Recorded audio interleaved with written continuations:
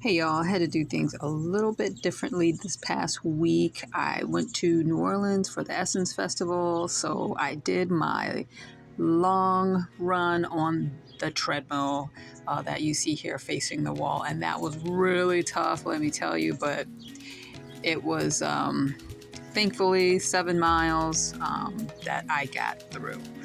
Um, Otherwise, I just used the free weights in this gym here.